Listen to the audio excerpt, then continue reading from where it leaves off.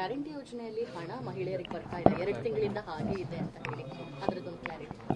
ನಾನು ಪದೇ ಪದೇ ಕ್ಲಾರಿಟಿ ಕೊಡ್ತಾ ಇದ್ದೀನಿ. ಒಂದು ಕೊನೆ ಕ್ಲಾರಿಟಿ ಕೊಡ್ತೀನಿ. ಗೃಹಲಕ್ಷ್ಮಿ ಇದು ನಿತ್ಯ, ಇದು ಸತ್ಯ, ಇದು ಯಾವತ್ತೂ ಬಂದ ಆಗೋದಿಲ್ಲ. ಸಂಖ್ಯಾತರಿಗೂ ಕೂಡ ಸಿಗ್ತಾ ಇಲ್ಲ ಅನ್ನುವಂಥದ್ದು ಇದೆ. ಅವರಿಗೆ ಒಂದು ಸಲನೂ ಕೂಡ ಸಿಕ್ಕಿಲ್ಲ. ನೋಡಿ, ಅವ್ರಿಗೆ ಆರ್ಡರ್ ಕೊಟ್ಟರೆ ನಾನೀಗ 3 ತಿಂಗಳಾಯಿತು, ಸರಿನಾ? ಸೊ ಈಗ 2 ತಿಂಗಳದ್ದು ಕೊಟ್ಟಿಲ್ಲ ಅಂತ ತಾವೇ ಹೇಳ್ತಾ ಇದ್ದೀರಾ. ಅವರು ಯಾವಾಗ ನಾವು ಅವ್ರಿಗೆ ಆರ್ಡರ್ ಕಾಪಿ ಕೊಟ್ಟಿದ್ದೀವೋ ಆ ತಿಂಗಳದಿಂದ ಅವ್ರಿಗೆ 2,000 ರೂಪಾಯಿ ರಿಸರ್ವ್ ಇರುತ್ತೆ.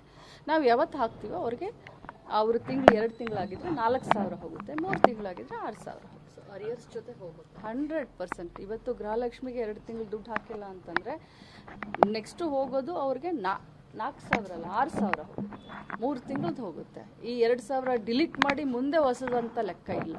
ಇದು ಸತ್ಯ, ಇದು ನಿತ್ಯ.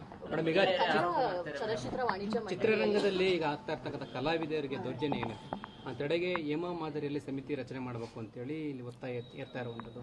ಮಹಿಳಾ ಆಯುಕ್ತರು ಇವತ್ತು ಚಿತ್ರರಂಗದ ಜೊತೆ ಕೂಡ ಸಭೆ ಮಾಡ್ತಾ ಇದ್ದಾರೆ ಮೇಡಮ್, ಅದ್ರ ಬಗ್ಗೆ ತಾವೇನು ಹೇಳ್ತಾರೆ? ನಾನು ಅದನ್ನೇ ಹೇಳ್ತೀನಿ. ಏನು ಮಹಿಳಾ ಆಯೋಗ ಇವತ್ತು ಬಯಸುತ್ತೋ, ಏನು ನಾವೆಲ್ಲರೂ ಬಯಸ್ತೇವೆ. ಮೊನ್ನೆ ಮುಖ್ಯಮಂತ್ರಿಗಳು ಕೂಡ ಹೇಳಿದ್ದಾರೆ, ನಾನು ಕೂಡ ಸ್ಟೇಟ್ಮೆಂಟ್ ಕೊಟ್ಟಿದ್ದೀನಿ.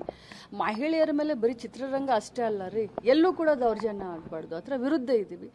ಏನು ಅವರು ಒಂದು ಸಮಿತಿ ರಚನೆ ಮಾಡು ಅಂತ ಹೇಳ್ತಾರೆ, ಅದಕ್ಕೂ ಕೂಡ ನಾವು ರೆಡಿ ಇದ್ದೀವಿ. ಖಂಡಿತವಾಗ್ಲೂ ಕ್ರಮ ಸಮಿತಿ ತರಬೇಕು.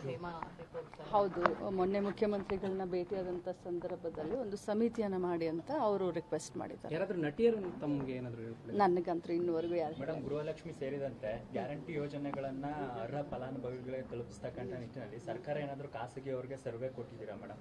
ಅಂದ್ರೆ ಅರ್ಹರನ್ನ ಅಷ್ಟೇ ಕನ್ಸಿಡರ್ ಮಾಡಬೇಕು? ಖಂಡಿತವಾಗ್ಲೂ ಇಲ್ಲಪ್ಪ. ಆ ರೀತಿದೇನು ನಮ್ಮ ಸರ್ಕಾರದ ಎದುರುಗಡೆ ಬಂದೇ ಇಲ್ವಲ್ಲ. ಖಾಸಗಿ ಸರ್ವೆ ಬಗ್ಗೆ ನಮ್ಮ ನಾಲೆಜ್ಗಿಲ್ಲ, ಬಂದೇನೂ ಇಲ್ಲ.